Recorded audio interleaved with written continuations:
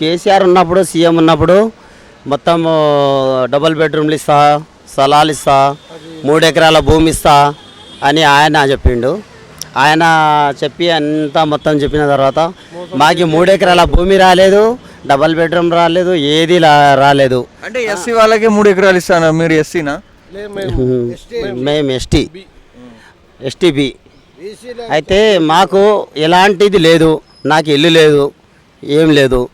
అంటే ఉన్నోనికే ఇస్తున్నారు కానీ లేనోనికి మాత్రము ఉన్నోనికి ఉందా లేదా అని సర్వే చేసి ఉన్నోనికి ఇస్తారా లేనోనికి ఇస్తారా? ఉన్నోనికే సర్వే చేసిన తర్వాత కూడా మా అప్లై చేసుకోండి అని చెప్తారు. అప్లై చేసుకున్న తర్వాత మా ఫామ్లు తీసి పోయి చెత్తకుండీలో పడేస్తారు. వాళ్ళ ఫామ్లు, వాళ్ళ లంచాలు, వాళ్ళు 50,000 30,000 వాళ్ళు ఉన్నోళ్ళు దొరలు ఉండరు, వాళ్ళు ఇస్తారు. వాళ్ళు ఇచ్చిన తర్వాత మాకి మా సొంటోళ్ళ దగ్గరికి కూడా రానియరు. అయితే దీనివల్ల అప్పుడు బీఆర్ఎస్ ప్రభుత్వ పాలనలో అలా జరిగింది అంటున్నారా? అప్పుడు జరిగింది అట్లా. కేసీఆర్ సారు అట్లా జరిగింది. కేసీఆర్ సారు చేసిన తర్వాత ఇప్పుడు రేవంత్ రెడ్డి సార్ వచ్చిన తర్వాత రేవంత్ రెడ్డి సార్ వస్తేనే మా సార్ వచ్చే మంచిగా మేలు చేస్తాడు అనుకుంటుంది. కానీ మొత్తం ఆటో వల్ల పెండ్లాలని మొగుండ్లని మొత్తం రోడ్డు మీద గుంజి పడేసాయి. కూడుగానాక మా పిల్లల ఉసురు, మా పెండ్లాల ఉసురు, మా ఉసురు.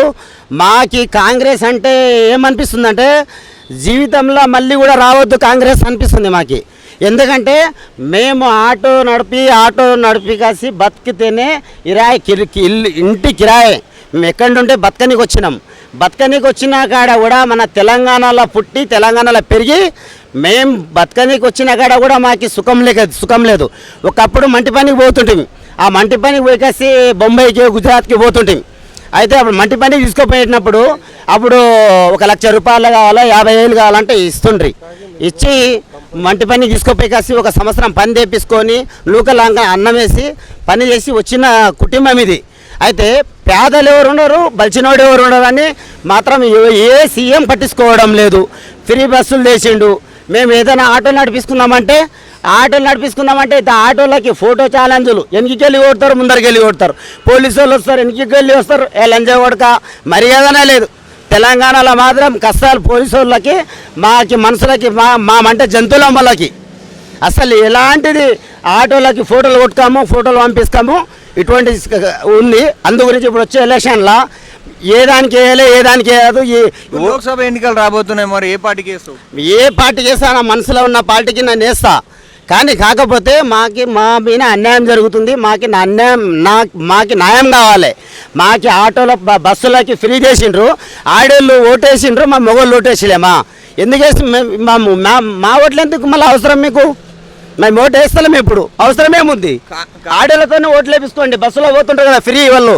నేను మెహందీపట్నంకి బోరాబండకి వెళ్ళి మెహందీపట్నం పోతుండా, 30 రూపాయలు తీసుకున్నాను నా దగ్గర. మళ్ళీ లేడీస్ ఫ్రీ పోతుంది ఆధార్ కార్డు చూపించి.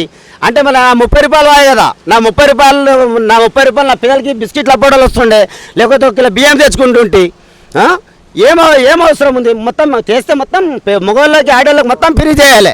చేస్తే ఆ పని చేయి. లేవు ఒకరికి ఫ్రీ చేసి ఆడోళ్ళు ఒకటేనా? ఆడోళ్ళు ఫ్రీ చేసిండ్రంటే ఏం చేస్తుండ్రు? నేను ఆటో తీసుకొని నేను పోతే నా పిల్లల్ని ఇంటి పక్కల వాళ్ళని తీసుకొని చార్మినార్ చూసేస్తామా, గోల్కొండకి వెళ్ళి చూసేస్తామా అని కసిపోతున్నారు. ఏం లాభం నీకు చేసింది? మరి కాంగ్రెస్ అంటే మీరు ఇష్టం అంటున్నారు. మేనిఫెస్టో పెట్టేటప్పుడు అందులో ఆడవాళ్ళకి ఫ్రీ అని పెట్టారు కదా, మీకు తెలియదు కదా ముందే? ఎవరు? మాకు తెలియదు. తెలిసింటే కాంగ్రెస్ చేయలేకుండా నేను ఎందుకు తెలియదు? మేనిఫెస్టో పెట్టినారు కదా, ఎమ్మెల్యేలు మాకు ఇస్తలేదు. అట్లా తెలిసింటే నేను ఇప్పుడు చెప్తున్నా కదా, ఇప్పుడు కూడా కాంగ్రెస్కి వేస్తలేను. ఇప్పుడు కూడా కాంగ్రెస్కి మా టీఆర్ఎస్కి వేస్తాం. మళ్ళా ఇప్పుడు కూడా టీఆర్ఎస్కి మళ్ళీ కేసీఆర్. మీ నియోజకవర్గం ఏంది? ఏది? మీరు ఉండేది పాలమూరా? ఇక్కడ హైదరాబాద్? మేము హైదరాబాద్లోనే ఉంటాం. హైదరాబాద్లోనే హోటల్ లిస్ట్ ఉంది. హైదరాబాద్లోనే ఉంటాను. మాగండి గోపీనాథ్ నన్ను ఎవరికే వేసిన ఆయన అతను పోతా అడుగుతా, ఆయన చేస్తాడా? ఇంతకుముందు వెళ్ళి మేము ఏం చేయలేదు. ఒక్క డబల్ బెడ్రూమ్ ఇవ్వలేదు. ఆయన కేసీఆర్ కట్టి అక్కడ సెట్లో పడేసిండు. ఇంకా వీళ్ళు కూడా ఏం ఇస్తారని మాకేం నమ్మకం లేదు. వీళ్ళ మీద భరోసానే లేదు. ఈ రాజకీయ నాయకులు అంటే మొత్తం ఎలాంటిది నమ్మకం పోయింది వీళ్ళ మీద. మరి కాంగ్రెస్ పార్టీ అంటే నీకు విరక్తి వచ్చింది. అవు. మరి ఇప్పుడు ఏ పార్టీకి ఇప్పుడు ఎంపీ ఏ ఎలక్షన్ పార్టీ కూడా ఎంపీ ఎలక్షన్ ఏ పార్టీ కూడా ఎంపీకి కూడా ఏ పార్టీ కూడా ఏ పార్టీకి వేయకుండా ఒక్క ఓటు వచ్చినా గెలిపే అంటారు. గెలుపు కాదు అసలు నా మనసు తిరిగిపోయింది. నాకే అన్నం పెట్టినప్పుడు నీకెందుకు వేస్తేతు నేను ఆడే లేస్తారు ఓట్లు మేమెందుకు వేయలే ఇవ్వకుండా అది గెలిపే అంటారు. గెలుపు కాదు సార్, గెలుపు అంటున్నారు.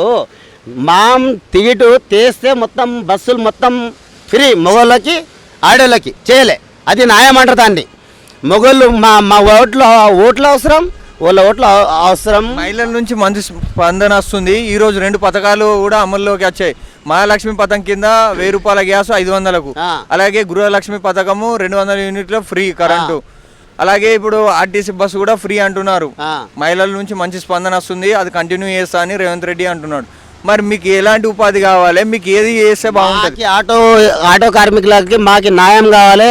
బస్సుల 30 రూపాయలన్న టికెట్ 15 రూపాయలన్నా తీసుకో, 20 రూపాయలన్నా తీసుకో, మాకు న్యాయం కావాలి.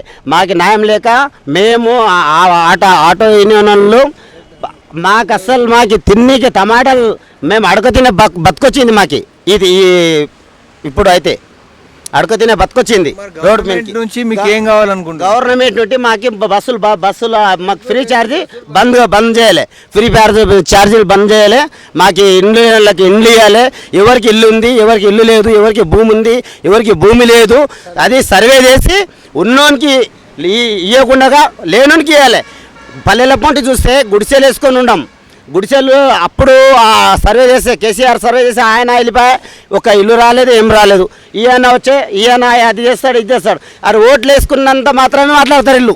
ఆ తర్వాత నీవేవాడో నేనేవాడు అంతే, అంతకుమించి నేను మాట్లాడరు వీళ్ళు చేసే పనులు. అందుకే మొత్తం మాకు ఏమైందంటే మా మీద ఆటోలకి ఇట్లా గెలుస్తేనే, ఇట్లా సీఎం సార్ ఇట్లా గెలుస్తేనే ఫామ్ హౌస్లో పోనే ఆటోలో ఎందుకంటే కరోడుపతులు కదా వీళ్ళు, ఆటోల మీదనే ఎరగబడిండ్రు. మరి మీ ఆటోలో అందరు కలిసి ఒకసారి కలిస్తే అయిపోతారు రేవంత్ రెడ్డి. అసలు మాకు దగ్గరికి వస్తే రానికి వస్తే మాకు ఆడగలంటారా వాడుకోవాలి. ఓట్లు వేసేటప్పుడు దీనికి గుద్దాలే చూడు, కాంగ్రెస్కి సేకి గుద్దాలే, దీనికి గుద్దాలే, దానికి గుద్దాలే అని చెప్తారు. ఆడకు వేయడానికి అక్కడ ఓరా వాడుకో పో అని చెప్తారు. వాళ్ళ ఉంటారు కదా మొత్తం వాళ్ళ వెంబడ నాయకులు మమ్మల్ని నేల రానిస్తారు. ఇప్పుడు కార్యకర్తలు పోలీసులు మిలిటరీ వాళ్ళు రానిస్తారా? మాది చెల్లుతుందా? మాస్ ఉండాలి, అది పోరా బచ్చగా అంటారు. అందుగురించే ఈ తెలంగాణ ఇట్లా బంగారు తెలంగాణ దేశా అని కేసీఆర్ చెప్పిండే.